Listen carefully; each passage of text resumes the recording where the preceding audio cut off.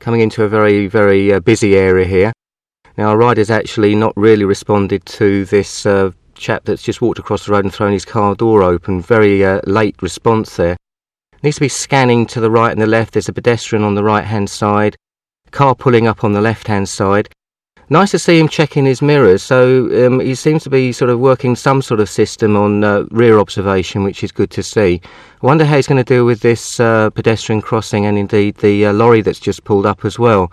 Does seem to be getting very close to that lorry. One of the accidents that does occur is when drivers jump out of their cab, and he's quite close there, so that'll be something that we'll talk about.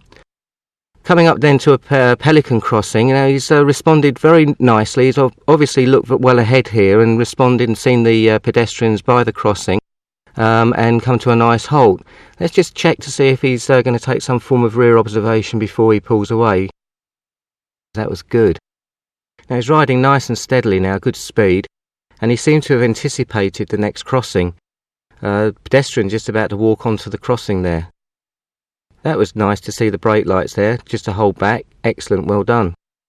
So we're coming into an area where there's a school, and up the road there's a junction with vehicles waiting to emerge from the left and turn from the right. So he's slowing down just in case somebody does emerge or turn across his path. Now that was well done, and he's maintaining a good separation distance now between him and the vehicle in front.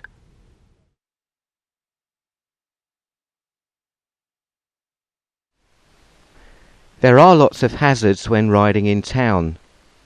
Recognising, prioritising and responding correctly to hazards are skills that develop with experience. So let's have a look at this section in more detail. In this situation there are multiple hazards, but the priority is the pedestrian crossing the road. As we move on, we can see that the pedestrian is now opening the car door to get into his vehicle.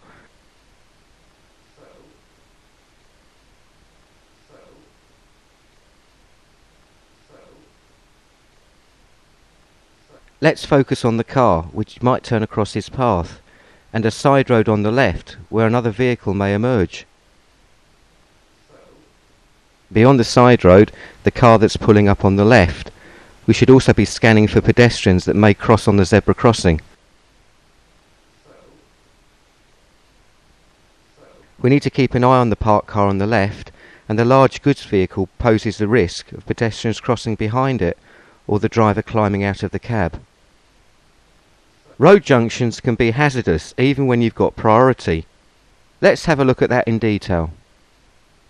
As you can see, we're near a school, with pedestrians walking and waiting on the pavement, and there seems to be a lot of activity ahead.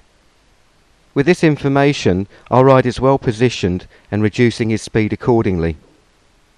The rider's position here takes into account the potential threat posed by emerging or turning traffic.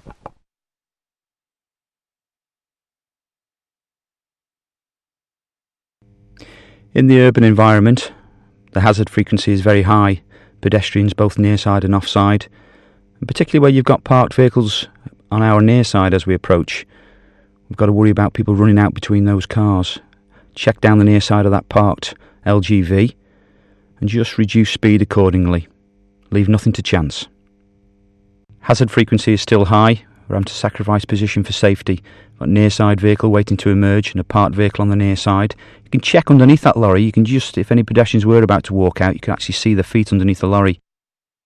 I'm now keeping a close eye on that vehicle on the near side, just in case it does start to emerge. I'm at the right speed to be able to deal with it. Back into the shopping area. Again, we're keeping the speed right down. Lots more hazards now to deal with. Vehicles stopping, vehicles starting. And I'm just extending a bit of safety margin between myself and the vehicle in front, anticipating that vehicles are going to stop. I can see a vehicle emerging from a near side junction, and I'm now starting to anticipate these vehicles slowing down and reacting to that vehicle. Keeping the speed down, still having to worry about the parked vehicles, still having to worry about things like the car doors opening, and pedestrians offside, pedestrians near side. Lots and lots of hazards. As the brake light comes on, just at the right speed that we're able to deal with this in a nice and safe manner. No drama, mirror check, move out, and continue with our journey.